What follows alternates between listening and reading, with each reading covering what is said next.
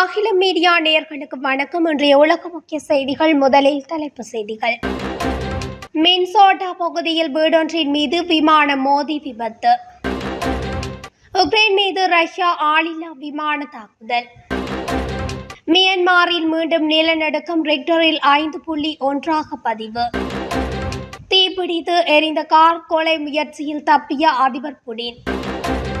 இறக்குமதிக்கு கண்டபடி வரி விதித்த ஈரான் துருக்கி அதிபர்கள் தொலைபேசியில் உரையாடல். இறக்குமதிக்கு கண்டபடி வரி விதித்த ட்ரம்ப் முட்டைக்காக கையேந்தும் அமெரிக்கா. ஏமன் அமைப்பினர் அமெரிக்க போர்க்கப்பல் மீது ஏவுகணை தாக்குதல். மியான்மருக்கு மேலும் 60 டன் நிவாரணப் பொருட்கள் அனுப்பி வைப்பு. வெளியுறவு அமைச்சகம் தெரிவிப்பு. இஸ்ரேல் மீது ஏமன் புதிய ஏவுகணை தாக்குதல். தொடர்பான விரிவான செய்திகள். அமெரிக்காவின் மினசோட்டா பகுதியில் வீடொன்றின் மீது சிறிய ரகம் விமானம் ஒன்று மோதி விபத்துக்குள்ளாகியுள்ளது. இந்த விபத்தில் விமானம் தீப்பிடித்து எரிந்துள்ளதாக சர்வதேச ஊடகங்கள் தெரிவிக்கின்றன. அமெரிக்காவின் அயோவாவிலிருந்து மினசோட்டாவிற்கு பயணித்துக் கொண்டிருந்த சிறிய ரக விமானம் மினசோட்டா பகுதியில் உள்ள வீடொன்றின் மீது மோதியதில் இந்த விபத்து இடம்பெற்றுள்ளது. விபத்தின் போது விமானத்தில் இருந்தவர்களின் விவரங்கள் தெரியவில்லை எனவும் விமானத்தில் இருந்த அனைவரும் உயிரிழந்திருக்கலாம் எனவும் அதிகாரிகள் தெரிவிக்கின்றனர். விபத்துக்கான காரணம் இதுவரை கண்டறியப்படாத நிலையில் அதிகாரிகள் மேலதிக விசாரணைகளை மேற்கொண்டு வருவதாகவும் சர்வதேச ஊடகங்கள் தெரிவிக்கின்றன. உக்ரைன் மீது ரஷ்யா ஆளில்லா விமான தாக்குதல் நடத்தியுள்ளதாக அந்த நாட்டு இராணுவம் தெரிவித்துள்ளது. குறித்த தாக்குதலில் 2 உயிரிழந்ததுடன் 25க்கும் மேற்பட்டோர் காயமடைந்துள்ளதாக தெரிவிக்கப்பட்டுள்ளது. கார்கிவ் பகுதியில் உள்ள இராணுவ வைத்தியசாலை, அடுக்குமாடி குடியிருப்புகள் உள்ளிட்ட இடங்களை இலக்கு வைத்து இந்த தாக்குதல் மேற்கொள்ளப்பட்டுள்ளதாகவும் உக்ரைன் இராணுவம் தெரிவித்துள்ளது. மியான்மரின் 2வது பெரிய நகரில் இன்று 5.1 ரிக்டர் அளவிலான நிலநடுக்கம் ஏற்பட்டதாக அமெரிக்க நிலநடுக்கவியல் மையம் தெரிவித்துள்ளது. வெள்ளிக்கிழமை ஏற்பட்ட பேரழிவு தரும் நிலநடுக்கத்தை தொடர்ந்து ஏற்பட்ட தொடர்ச்சியான நிலநடுக்கங்களில் இதுவும் ஒன்றாகும். நிலநடுக்கத்தை தொடர்ந்து மண்டலேயின் தெருக்களில் மக்கள் இந்த நிலநடுக்கத்தை தொடர்ந்து அலறினர். முன்னதாக கடந்த வெள்ளிக்கிழமை மியான்மரில் ஏற்பட்ட 7.7 ரிக்டர் அளவிலான நிலநடுக்கத்தால் ஏராளமான கட்டிடங்கள் இடிந்து விழுந்தன. மேலும் உள்கட்டமைப்புகள் சேதமடைந்தன. இதுவரை 1600க்கும் மேற்பட்டோர் உயிரிழந்ததாகவும் 3400க்கும் மேற்பட்டோர் காணாமல் போனதாகவும் தெரிவிக்கப்பட்டுள்ளது. இந்த நிலநடுக்கத்தால் உயிரிழந்தவர்கள் எண்ணிக்கை மேலும் அதிகரிக்கும் என்று எதிர்பார்க்கப்படுகிறது. ரஷ்ய அதிபர் விளாடிமிர் புடினை கான்வாயில் சென்ற வாகனங்களில் ஒன்று தீப்பிடித்து எரிந்த சம்பவம் பரபரப்பை ஏற்படுத்தியிருக்கிறது. மேலும் வாகனம் தீப்பிடித்து எரிந்ததை அடுத்து இந்த சம்பவம் அதிபர் புடினை குறிவைத்து நடத்தப்பட்ட தாக்குதலாக இருக்கலாமோ என்ற கேள்வியை எழுப்பியது. இந்த சம்பவம் மாஸ்கோவில் உள்ள உளவுத்துறை தலைமையகமான FSB அருகே நடைபெற்றுள்ளது. இது தொடர்பாக சமூக வலைதளங்களில் வைரலான வீடியோக்களில் கார் தீப்பிடித்து எரிவதும் அங்கிருந்தவர்கள் தீயை கட்டுப்படுத்தும் பணிகளில் ஈடுபடும் காட்சிகளும் இடம்பெற்றிருக்கிறது. அதிபர் கான்வாயில் இடம்பெற்றிருந்த அவுரஸ் செனட் லிமோசின் ரக காரொன்றின் என்ஜின் பகுதியில் தீ ஏற்பட்டு பிறகு முகப்பு பகுதி முழுக்க பரவியதாக கூறப்படுகிறது. இந்த சம்பவத்தில் காரின் பெரும்பாலான பகுதி சேதமடைந்துள்ளது. தீப்பிடித்து எரிந்த காரில் இருந்தது யார் என்பது பற்றி எந்த தகவலும் இல்லை. ஈரானிய ஜனாதிபதி மசூத் பெசஸ்கியனும் துருக்கிய ஜனாதிபதி ரெசப் தாயிப் எர்டோகனும் தொலைபேசியில் உரையாடினர். இதன்போது இரு தலைவர்களும் பரஸ்பர நலன்களை பற்றி விவாதிக்க நேரில் சந்திக்க விருப்பம் தெரிவித்தனர்.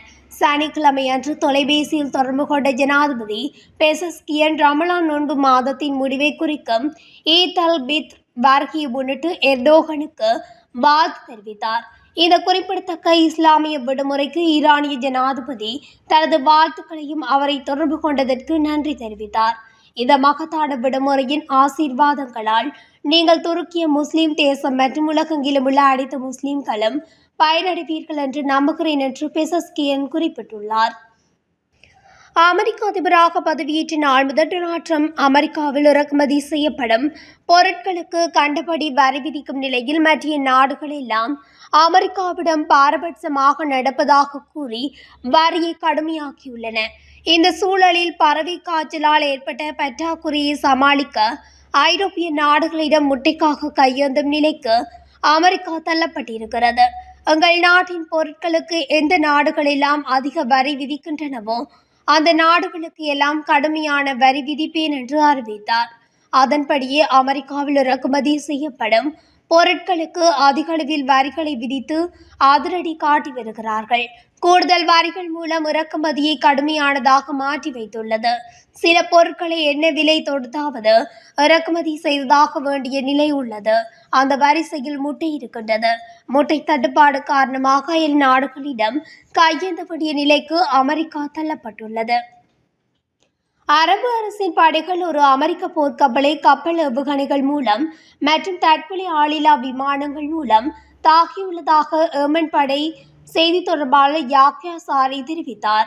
ஞாயிற்றுக்கிழமை காலை ஒரு அறிக்கையை வெளியிட்ட ஏமன் படைகளின் செய்தி தொடர்பாளர் யாக்யா சாரி கடந்த 24 மணி நேரத்தில் செங்கடலில் அமெரிக்க விமானம் தாங்கி கப்பலான USS ஹாரி எஸ் ட்ரூமன் மற்றும் அதனுடன் இணைந்த போர்க்கப்பலுடன் ஏமன் படைகள் 3 முறை மோதியுள்ளதாக கூறினார்.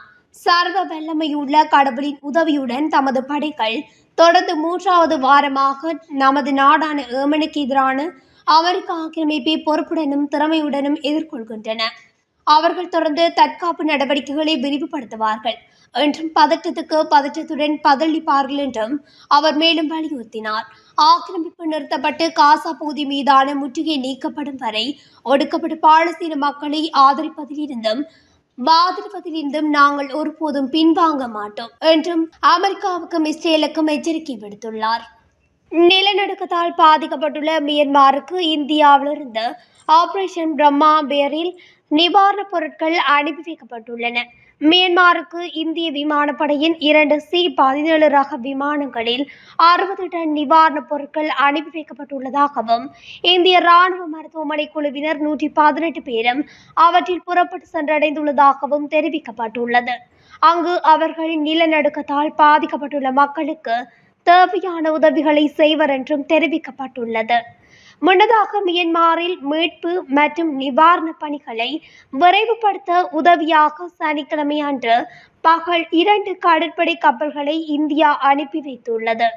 மேலும் மருத்துவர்கள் மற்றும் செவிலியர்களை உள்ளடக்கிய தற்காலிக நடமாடும் மருத்துவமனையையும் விமானம் மூலம் இந்தியா அனுப்பி வைத்துள்ளதும் குறிப்பிடத்தக்கது.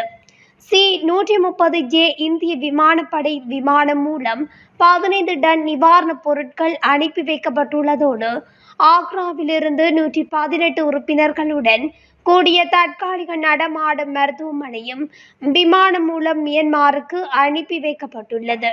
மேற்கண்ட உதவி நடவடிக்கைகள் மூலம் இந்தியாவிலிருந்து ஒட்டுமொத்தமாக மியான்மருக்கு 5 மீட்பு படை விமானங்கள் சனிக்கிழமை சென்றடைந்துள்ளதாகவும் வெளியுறவு அமைச்சகம் தெரிவித்துள்ளது.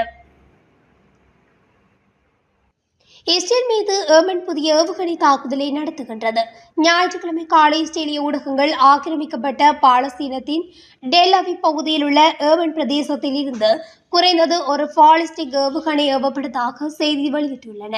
டெல் அவிவ் ஆக்கிரமிக்கப்பட்ட அல்குட்ஸ் மற்றும் ஆக்கிரமிக்கப்பட்ட பாலஸ்தீனத்தின் சில தெற்கு பகுதிகளில் சைரன்கள் இயக்கப்பட்டதாக செய்தி வட்டாரங்கள் தெரிவித்துள்ளன.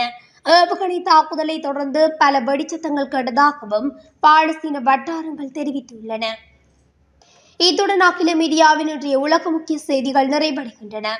தொடர்ச்சியாக செய்திகளை அறிந்து கொள்ள அகில மீடியாவுடன் இணைந்திருங்கள். நன்றி, வணக்கம்.